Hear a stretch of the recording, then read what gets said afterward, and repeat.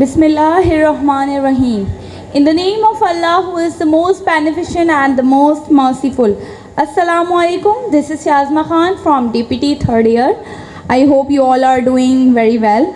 I warmly welcome our honorable facilitators, management, administration, all the students, and our chief guest, Mr. Javed Jabbar Sahab, and all the students. We are thrilled to have you all here. Thank you so much. Now I would like to invite Chancellor of Jinnah University for Women, Mr. Wajuddin Ahmed, for welcoming address. Please come here. बिस्मिल्लाहिर्रहमानिर्रहीम, अस्सलाम वालेकुम। अच्छा, मैं एक बात आप लोगों से पहले, ये जैसे हमेशा एक स्टार्ट होता है कि मैं अपनी यूनिवर्सिटी के बारे में बताता हूँ, हमारी यूनिवर्सिटी ये कर रही है, हमारी यूनिवर्सिटी वो कर रही है, मगर मैं आज ये आपको ज़रा सा चेंज करता हूँ और मैं कहता हूँ कि आप लोग सब नए ज़माने की बच्चियाँ हैं, आपने नहीं देखा जो कुछ हम लोगों ने देखा है। तो आज जो हमारे चीफ गेस्ट हैं जावेद जब्बार साहब, ये आप अपने घर के बड़ों से मालूम करें, ये यानी पाकिस्तान के अंदर एक बहुत बड़े यानी सहाफ़त के अंदर और माशाल्लाह मिनिस्टर रहे सबसे बढ़कर ये, और फिर सेनेटर रहे और एक मूवी भी बनाई इन्होंने, और मतलब समझ लें कि बहुत ज़्यादा यानी मशहूर थे। हम जब हमारी उम्र में जब हम वो थे, हम बोलते थे यार जावेद जब्बार साहब जो है ना, वो समझ लो कि बहुत बड़ा नाम था पाकिस्तान का, और माशाल्लाह है। तो हम लोगों ने जब ये बात हुई कि जी इस तरह का प्रोग्राम ऑर्गेनाइज़ किया जाए एथिक्स पे, तो वीसी साहब ने बोला कि भाई उनसे अच्छा कोई आदमी नहीं हो सकता जो कि मीडिया के अंदर रहते हुए और बहुत ही यानी इज़्ज़त बनाई अपनी और अपना नाम बनाया, तो उनको बुलाओ और वो आकर फिर इंशाअल्लाह जो है वो हमारी लड़कियों को थोड़ा सा बताएंगे कि कैसे क्या है क्या नहीं है। तो फिर हमने इसलिए जावेद जब्बार साहब से मैंने रिक्वेस्ट की और माशाल्लाह ये तैयार हो गए। तो मैं कहूँगा कि सबसे पहले आप लोग इनके लिए एक बेहतरीन क्लैपिंग करें, और अपने ज़रूर घरों में ज़रूर अपने वालिदैन से पूछिएगा कि आप जानती हैं आज वो आए थे जावेद जब्बार साहब। तो ये एक बहुत बड़ा नाम यानी हमारे दरमियान मौजूद हैं। तो बस मैं इनको अपना यानी यूनिवर्सिटी का तारुफ तो मैं करा ही चुका हूँ, मगर मैंने कहा कि मैं इनका तारुफ आपको बताऊँ, और इंशाअल्लाह बहुत कुछ सीखने का मौका मिलेगा आपको। और ये है कि हमेशा यानी ये जावेद जब्बार साहब हमारे यहाँ जब भी हमने इनवाइट किया ये आए, और इंशाअल्लाह आइंदा हमारे साथ हमेशा यहाँ पर आते रहेंगे। अल्लाह ताला इनको सेहत तंदुरुस्ती दे, और बहुत बहुत शुक्रिया आपका। Thank you. Please join me in welcoming our chief guest, Mr. Javed Jabbar Sahab, who will address about multiple dimensions of media, paradoxes and potential. बहुत शुक्रिया वजूद्दीन अहमद साहब, आपने मुझे ये इज़्ज़त बख्शी दावत देकर।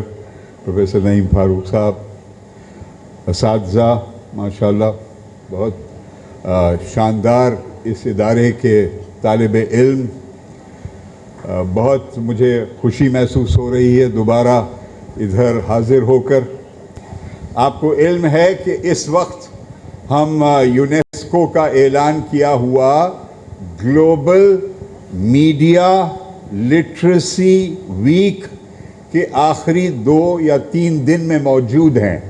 ये शुरू हुआ था 24 अक्टूबर को, और इसका क्या मकसद क्या है, सारी दुनिया में ये मनाया जा रहा है ग्लोबल मीडिया लिटरेसी वीक के ज़राए इब्लाग़ के बारे में ख्वांदगी।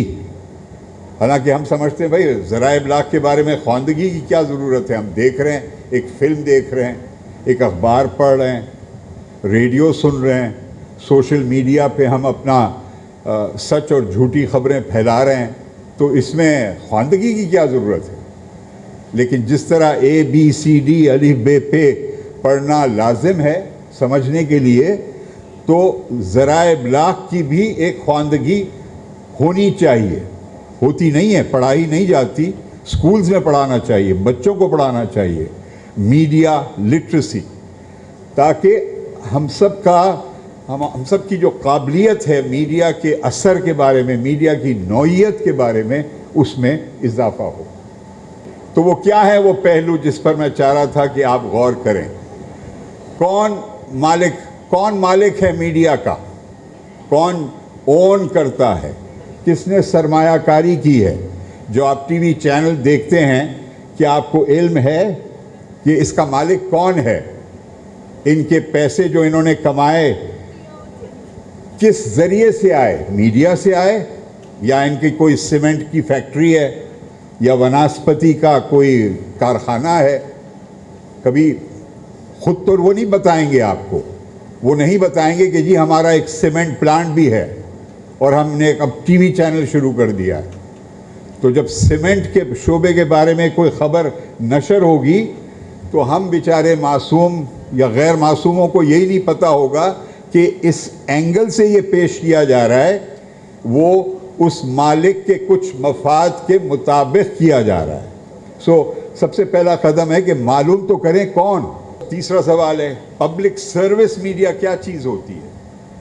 پبلک سروس میڈیا وہ ہوتا ہے جس میں ریاست کا کوئی کنٹرول نہ ہو اور جس میں اشتہارات کا کوئی انفلوئنس نہ ہو، جو بالکل انڈیپینڈنٹ ہو، جو پبلک سے لی گئی لائسنس فیس پر چلائی جائے یا کسی کے ڈونیشن پر چلائی جائے. نہ اشتہار ہوں اس میں اور نہ حکومت کا کوئی کنٹرول ہو. وہ ہے پبلک سروس میڈیا. اور اس وقت حال یہ ہے کہ پاکستان میں کوئی پبلک سروس میڈیا ہے ہی نہیں.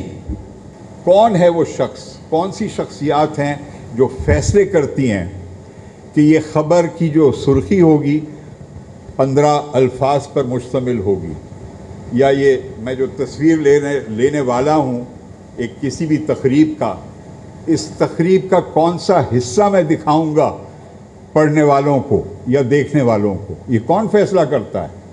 اگر آپ نے خط لکھا کسی اخبار کو جس میں 5 پیراگراف ہیں تو مدیر نے فیصلہ کیا کہ سوری اس میں جگہ 5 کی نہیں ہے، صرف 3 کی ہے، حالانکہ وہ 2 پیراگراف جو اس نے کاٹ دیے اس میں آپ کی نظر میں تو وہ بڑے اہم پیراگراف تھے. تو وہ فیصلے کون کرتا ہے، کیوں کرتا ہے، اس کا علم بیچاری پبلک کو پتہ ہی نہیں چلتا. یہ ایک جیسے انگریزی کا لفظ ہے نا، آئرنی آف میڈیا کانٹینٹ ہے. I am from media studies department, Iqra Waseem. آپ نے جیسے کہا کہ بی بی سی جو ہے وہ ایک پبلک سروس میڈیا ہے، تو جو فلسطین کے حوالے سے جو رپورٹنگ کر رہا ہے کیا وہ صحیح ہے؟ شکریہ. نہیں، میں تشریف رکھیے. میں یہ نہیں عرض کر رہا کہ بی بی سی یا کوئی اور بھی پبلک سروس براڈ کاسٹر ہو وہ موقف جو پیش کرتا ہے غازہ کے بارے میں یا کسی اور موضوع کے بارے میں، کشمیر کے بارے میں، وہ درست ہے. بڑی حد تک وہ کوشش کرتے ہیں غیر جانبدار ہونے کی، لیکن کئی دفعہ بی بی سی بھی بہت ایک بائسڈ اینگل سے دکھاتا ہے نیوز، جس پر ہمیں احتجاج کرنا چاہیے. ان کے ویب سائٹ پر جا کر آپ کے پاس پورا اختیار ہے، آپ فوراً پروٹیسٹ کر سکتی ہیں. خاموشی کے ساتھ ہمیں وہ ایکسیپٹ نہیں کرنا چاہیے. اب جب تک آپ خاموش رہیں گے تو وہ سمجھیں گے کہ آپ بھی مان لیتے ہیں ان کی غیر جانبداری کو. تو جہاں آپ کو لگے کہ یہ امبیلنسڈ ہے، تعصب ہے اس میں، ہمیں اس کو پروٹیسٹ کرنا چاہیے. جب میں کمپیئر کرتا ہوں آج کے میڈیا کا اوورال صورتحال بنسبت اس دور کے جہاں میں یونیورسٹی میں پڑھ رہا تھا، یونیورسٹی آف کراچی میں، تو مجھے بہت مثبت تبدیلی بھی نظر آتی ہے. ایک وجہ اس کی یہ ہے میڈیا کا پھیلاؤ. اب جہاں میں جاتا ہوں سارے ملک میں، دیہات میں جاؤں، شہروں میں جاؤں، یہ شیطان اور فرشتہ ہے دونوں، اس کی موجودگی بہت بہت بڑے پیمانے پر پھیل گئی ہے. یہ اوبویسلی اس دور میں نہیں ممکن تھا. تو ایک ناخواندہ، ایک ایسی خاتون جو کبھی بیچاری اسکول نہیں گئی، اگر اس کے ہاتھ میں اس کے ظالم مرد نے اجازت دی اس کو فون رکھنے کی، تو وہ نیومیرک لٹریسی بھی حاصل کر چکی ہے. وہ 1 2 3 بھی آگے پیچھے کنٹرول کرتی ہے، اور وہ اپنی زبان میں، رومنائزڈ زبان میں پیغامات بھیج سکتی ہے اور ریسیو کر سکتی ہے. तो this is a ट्रेमेंडस change that has taken place, a new form of literacy. हम लिटरेसी को एसोसिएट करते हैं अलिफ बे पे और ए बी सी के साथ, लेकिन मेरी राय में अब लिटरेसी मल्टी डायमेंशनल हो गई है. माने देयर इज़ विजुअल लिटरेसी. अगर कोई शख्स कोका कोला के इंडिविजुअल हुर्फ को ना भी पढ़ सके, वो सिर्फ उसकी साइन से उसको पता है कि ये कोका कोला है, या इसी तरह कोई और प्रोडक्ट के नाम को. तो there is a new visual literacy.